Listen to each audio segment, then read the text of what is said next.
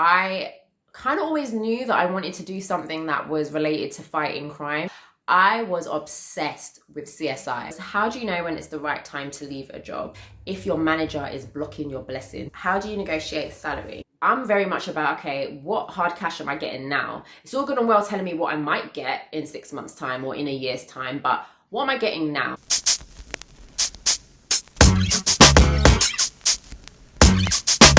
Hey everyone, and welcome back to the Slay with Shay platform. If you are new to my channel, welcome to the family. Please do hit that subscribe button, and if you have been keeping up to date with my videos and my content, thank you so much. I know I always keep saying it, but I will keep saying it because I'm truly grateful.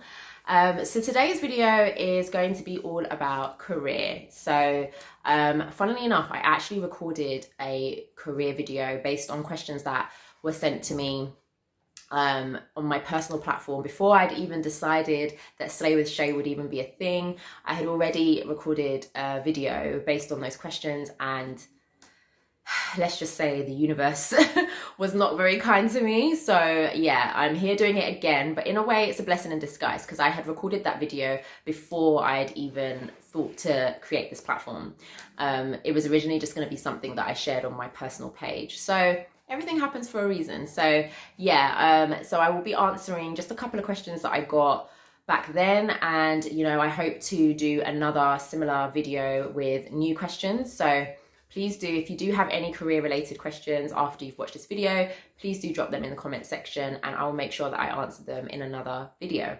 But yeah, let's get into it. So the first question was, what do you do for a living and how did you get into it? I am a financial crime operations manager. Yeah, I know that was a bit of a mouthful, but in terms of basically what I do and what my role is, I manage a financial crime department. So my team pretty much deal with anything from fraud to money laundering to terrorist financing, etc. I support the money laundering reporting officer with any policies, procedures, investigations, anything that's like related to sort of high risk activity. I would then get involved as well. So that's pretty much my role. In a nutshell, if people want kind of more information on how what my role actually is, what kind of things I would do on a day-to-day, how to sort of get into that field, etc., do let me know, and then I could maybe do another video on it. But yeah, that's pretty much my role in a nutshell. So in terms of how I got into it, so I did criminology at uni, but even prior to that, I kind of always knew that I wanted to do something that was related to fighting crime. I know that sounds really weird, but I was obsessed with CSI, like obsessed. Any kind of crime scene investigations type shows like were my favorite genre of TV to watch, and I literally built this fantasy in my head that that's what it was like, and I kind of had got it into my head that I wanted to do a job like that, which is really weird because I really hate blood and, you know, like dead bodies and things like that. So I really don't know why I thought I would thrive in such an environment. But hey, that was pretty much where the, like, I don't say passion, but that's where the interest came from. So then I ended up doing criminology at uni. But what I found was a lot of the modules at uni were like quite heavy. So for example, we did like a module on gender violence. We did some like work on like female genital mutilation. It's like really heavy stuff where a lot of the time I would go home and I'd be feeling really sad, or I'd be like doing like my coursework and stuff and be like this stuff is a lot. And I used to be thinking to myself, could I really see myself doing this as a job, investigating this type of stuff as a job, considering how my degree is making me feel? So I remember feeling like really deflated, like halfway through my degree, like, oh, what have I, like, why have I like signed myself up to this? Like, this isn't something I can do. And then one day we did a module on white collar crime. So focusing on things like fraud and bribery and corruption and stuff like that. And of course, like financial crime it's a crime. So, you know, I'm not glorifying it in any way, but it was something where I thought, oh, like, investigating crime, but I'm not like, you know, going home feeling sad all the time, unless we're talking about things like human trafficking, etc., which is a part of financial crime that is very sad. I just remember thinking, oh, I could do this. Like, this is definitely the kind of thing I would want to do. But it was more of like a passing thought at the time because it was a very short module, so we didn't really delve into it as much as we did the other stuff in criminology. So when I was already working in a bank when I was at uni, so I was already kind of within the financial services space almost. But after leaving the bank, I then went to another financial services institution, and there I used to deal with like some cases that involved fraud and scams and things like that. And I remember thinking, this is so interesting. It really spoke to my nature. I'm someone that's quite inquisitive anyway, wanting to get to the bottom of stuff. So I was like, this is really fun. This is definitely what I want to do. So at that point, I had solidified that, yeah, this was what I wanted to do. The challenge now came with trying to get jobs in that field, because everywhere I applied for wanted a certain amount of experience. They wanted certain kind of level of expertise, etc. And literally it was just like, but if no one wants to give me the experience, like, how am I going to get the experience? Every day you want experience, but you don't want to give it to me. So I almost started to kind of like let go of the idea, because I just thought, I'm literally not getting anywhere. And then one day I got a call from an in-house recruiter for a payday lending company. And it was quite a well-known payday lending company at the time. And they had a fraud agent role. Took me through it and I thought, oh yeah, this sounds good. And they said they'll send me the spec. They sent me the spec. And I remember saying to my boyfriend, I don't know, I don't know if I'm really feeling them. They don't really have the best reputation, and payday lending in general is quite frowned upon. Is this a sector that I really want to go into? And it was really him that let me see it from a different angle. He sat down with me, he looked through the job description, he said, Shay, like, this is perfect. Look at the description. Forget the company just for a second. Like, look at the role. This is everything you've been telling me that you want to do. This is the field you want to get into. This could really be your opportunity to get your foot in the door and get that experience that you need. And also the company itself, they would really turn things around. They, were like working on getting their FCA license at the time, and they'd really changed their practices and stuff. And it was a fintech as well. And I love fintechs, by the way. I am team fintech. I've been working in fintechs ever since that role, actually. So yeah, if you ever want to know about why it's great to work in a fintech, I might have to do a separate video for that. But yeah, so he was pretty much like kind of telling me all these things and kind of like really reminding me that this could be a fantastic opportunity for me. And I really, really thank God for him for that, because even now I say to him, do you remember the time when I almost let go of that opportunity because I wasn't sure about it and you talked me around? Because a part of me really feels like it was almost like God speaking through him, that he could really see the future of what this role was going to bring for me in terms of my career and my progression. And I'm so glad that I didn't kind of turn my nose up at it and like throw that opportunity away. And yeah, so I ended up going for the interview, I think a couple of days after that, and then I got offered the job the day after the interview. And yeah, and honestly, that was the best move I ever made for my career. My career has literally gone from strength to strength since working for that company. I've built great relationships there that have continued to help me reap benefits even up until now. And just the opportunities that I was exposed to there, and the roles that I've been able to get after coming from that company due to the skills that I've acquired, honestly, like, it was the best thing I could have ever done. And the reason I wanted to kind of share that is just because sometimes when it comes to career or any kind of like, progression, it might not always look the way in which you thought it would. It might come in a package that you weren't expecting, but don't be quick to kind of dismiss it, just in case it could be that opportunity that takes you to the next level. So another question I got was, how do you know when it's the right time to leave a job? If you feel that you have reached the peak of all you can learn within that role, and you're starting to feel a bit like a hamster on a wheel, and you're coming in every day, you know it like the back of your hand, there's really not much else you can learn, and also that there's nothing more that the company can give to you. And the reason why it's important to think in this way is, I think a lot of the time when we are going for roles, etc., we focus too much on what we can bring to the table and what we can do and the value that we're adding to that company. But I think we really need to think more about, what value is this company adding to me? What can this company equip me with that's going to help kind of put me in a good place or give me a good head start for that next role or that next opportunity that I want, whether it's within the company or externally. So for me, it's like, it's a two-way partnership here. I'm coming, you're paying me for my skills, I'm giving those skills to you, but equally I need to be able to get something back too. For me, it's not just enough just to get a paycheck at the end of the month. For some people it is, but for me it's, okay, what professional development can I do while I'm here? Are there courses that you can pay for me to do? Are there opportunities that you're continuously exposing me to, whether it's within the business or whether it's external conferences, etc.? Whatever it is, for me, if your company isn't doing anything that you're actually able to take away and say, yeah, this has actually helped put me in good standing for whatever it is that I might want to do next, and it's equipping me with this necessary skills I need, if you've literally reached a stop and you're not getting anything more, for me personally, that's the time to perhaps consider leaving and thinking about what you're going to do next or where you're going to go next, that's going to give you those opportunities that you need. Because for me, it's a very two-way relationship. It's not just a case of going in, doing what you've got to do, and the company is the only one benefiting from it. You need to benefit from it too.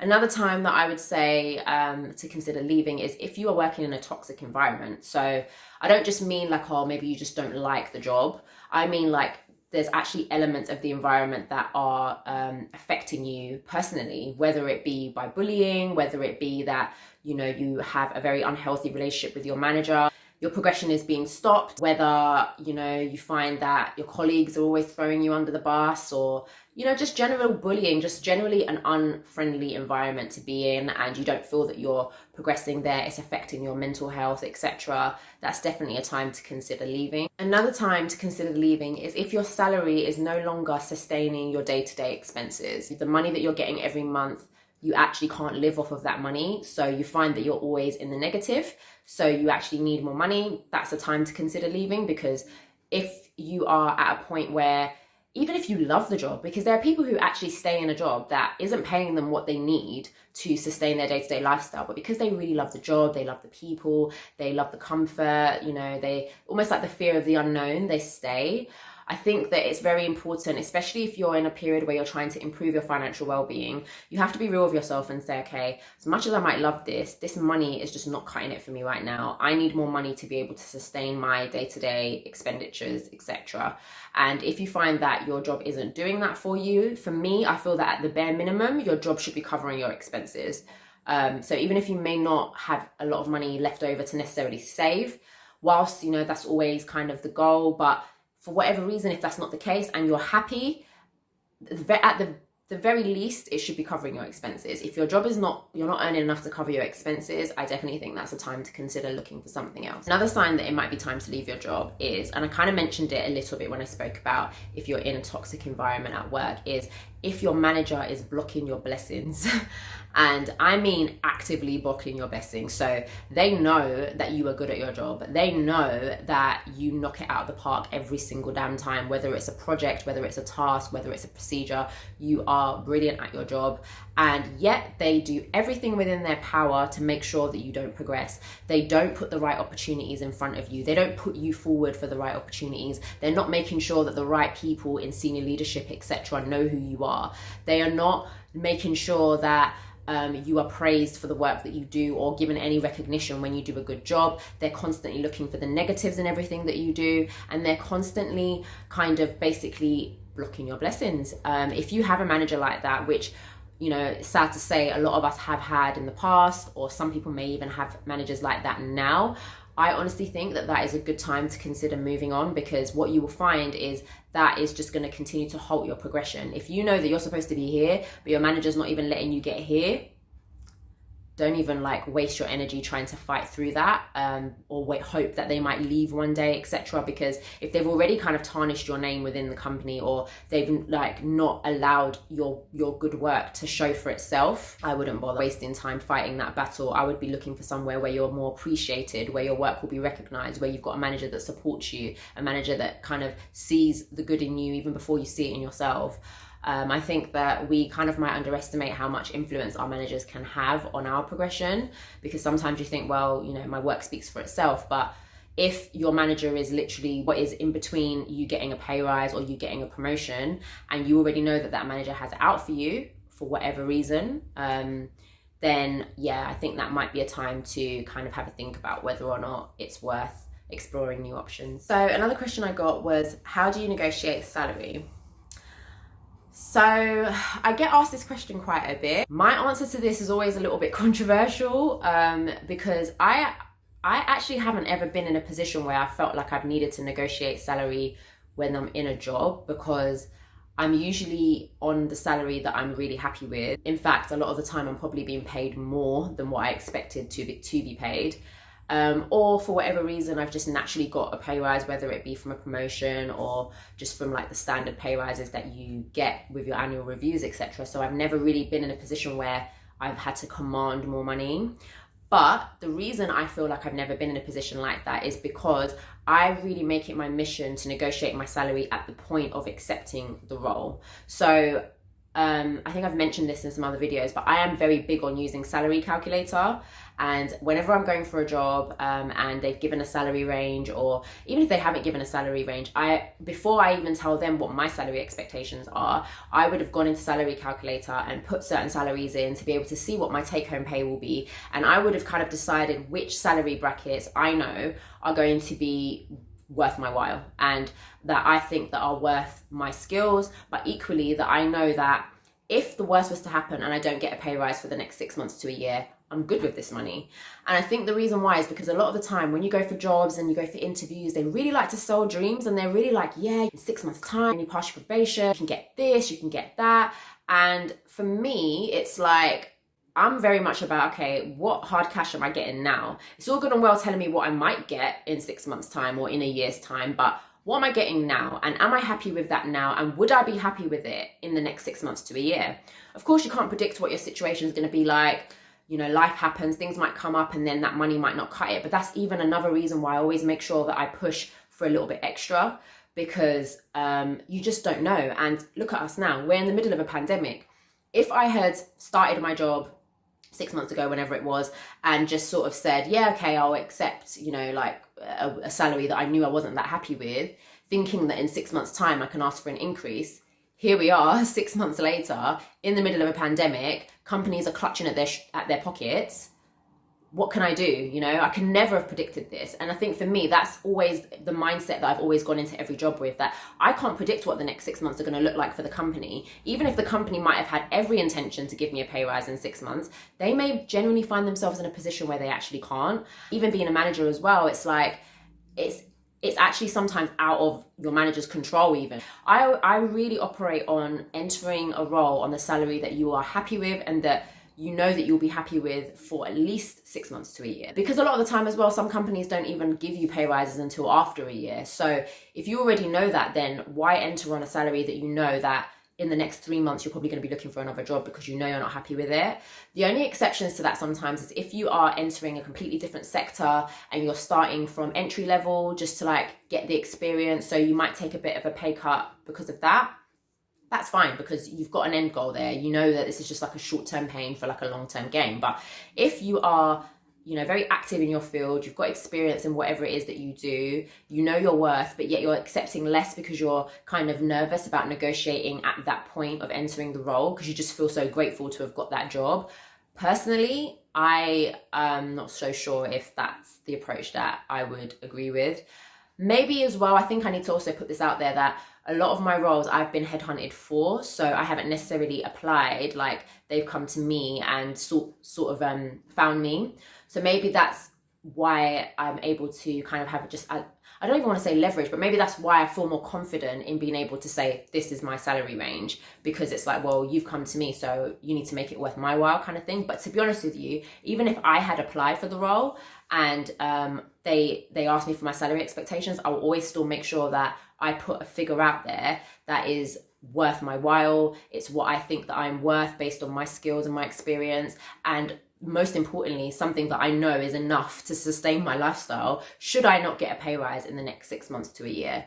And I really think it's important to kind of think that way, because a lot of the times we go into it and we think if we go in the role and we prove ourselves, because obviously they've not seen how you work yet, so you kind of think, oh, okay, I'm not really happy with the money, but it's all good. I'm going to go in there and I'm going to smash it. And trust me, by the time they see the amazing work that I put down, they're going to be literally bringing out their checkbook and upping my pay. But like I said, like we just can't predict how companies are going to perform in a certain amount of time. So you may go in there with that mindset and you may well smash it to the point where even they can't deny how good you are.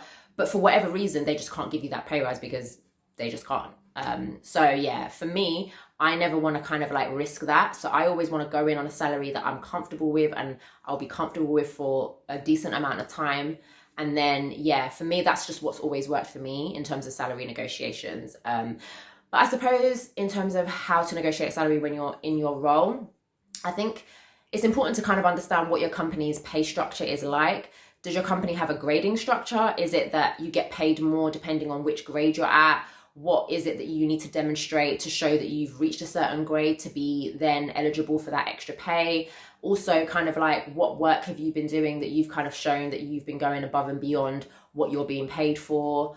Have a look at what the market rate is. Is your pay in line with that? Is your pay in line with what other colleagues are getting? Yeah, sometimes you might not know that information, but yeah, I think it's just about having those open, honest conversations with your manager if you're able to, and just kind of like setting that expectation that this is kind of what you want, or this is what you desire, this is how much you think that you're worth, this is the reason why you think that, and just pitching it to them, and just, you know, like getting them, when you're having your like reviews, etc., making sure that they're considering the points that you have made.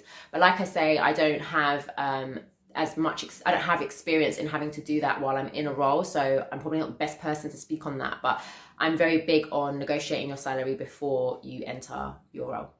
So the last question I got was, how do you choose a career path? So I think, and this is what's worked for me, and this is something that I actually think works generally, when you're kind of, I think that kind of period of when you're at uni, kind of just figuring it out, thinking, do I want to still continue in this sector after I've done this course, or what kind of other things might interest me? I think like kind of start from something as simple as, what are your personality traits like? What do people kind of describe when they talk about you and they talk about your personality? What kind of sticks out? What are the kind of things they say? And what are kind of things are you good at, and what kind of things do you enjoy outside of a career sort of space, just in general? So for example, I'm somebody that is very inquisitive. I ask loads of questions. I like to understand things. I'm kind of like a creature of certainty. I like to know stuff. I like to get to the bottom of things. But equally, I'm somebody that really likes to mentor people. I really like to give people advice. I really like to help people. I really like to coach people and give people guidance, etc. So when you kind of put those personality traits together, you kind of get my current role, because the inquisitive and the investigative, wanting to get into the bottom of everything side, speaks to the financial crime aspects of my role. And then the kind of mentorship, wanting to help people, wanting to support people side, speaks into the managerial side of my role. So when you kind of combine that together, you get my job. So yeah, sometimes it's not as clear cut as that, but what I mean is sometimes you might find that certain jobs, the people have certain personality traits that work well with that, you know. So somebody that might be in a creative space, they probably have certain elements of their personality that speaks to that. So project managers, you usually find they're very on the ball, they're very organized, they're good at kind of strategizing, they're good at kind of bringing the right people together to make things happen, etc. That's their natural personality. So then when you kind of put that together in a professional setting, you get their role. So maybe you just have a think about, like, what kind of personality traits do I have that are transferable to certain job sectors and certain job roles? So that's kind of like how I've always operated. And yeah, I think that when you kind of stop and you really think about that, because that's where you're going to thrive as well. Because sometimes there might be things that you're good at, but you don't necessarily really enjoy it. But then if some things just come naturally to you, so it's like, it almost feels like you're not having to really work because these are parts of your natural personality traits, then yeah, you're probably going to find that you really thrive in that particular sector or in that particular area, because it just comes naturally to you. Whereas for other people, they're like, oh my God, you're so like this, or you're so like that. But for you, it's like, this is just me, you know. So yeah, maybe just like have a think about that, and then kind of combine that with areas that are genuinely of interest to you when you think about different career aspirations, and just research things as well, because sometimes certain jobs sound amazing, but then when you actually look into what the day-to-day responsibilities involve, you're like, I'm not doing that. I mean, that was like me when I said that I wanted to be a crime scene investigator without actually thinking about the part about where you actually have to go and investigate crime scenes and look at dead bodies and do all of that stuff. Yeah, so definitely do your research, have a look at things, and also don't be opposed to exploring sectors that you may not have ever thought you'd be interested in, because sometimes you might find things and you might be like, I never thought that I would be interested in graphic design, or I never thought that I would be interested in project management, but oh my God, like, this is a bit of me. So yeah, like, don't, you know, shy away from looking into things that you may not typically look into, but have a look at things also that speak well of your personality and that come quite naturally to you. So yeah, so that was the questions that I wanted to answer in this video. Feel free to drop me your career related questions in the comment section, or feel free to DM me on Instagram. I'll definitely be doing another similar video to this where I will answer more career related questions, and I will definitely be doing more videos where I talk more specifically about my career journey and the kind of work that I do on a day-to-day, etc. But yeah, thank you so much for watching this video, and please do make sure that you subscribe if you haven't already, and give this video a thumbs up and drop me your comments and let me know what you think. But yeah, until the next video,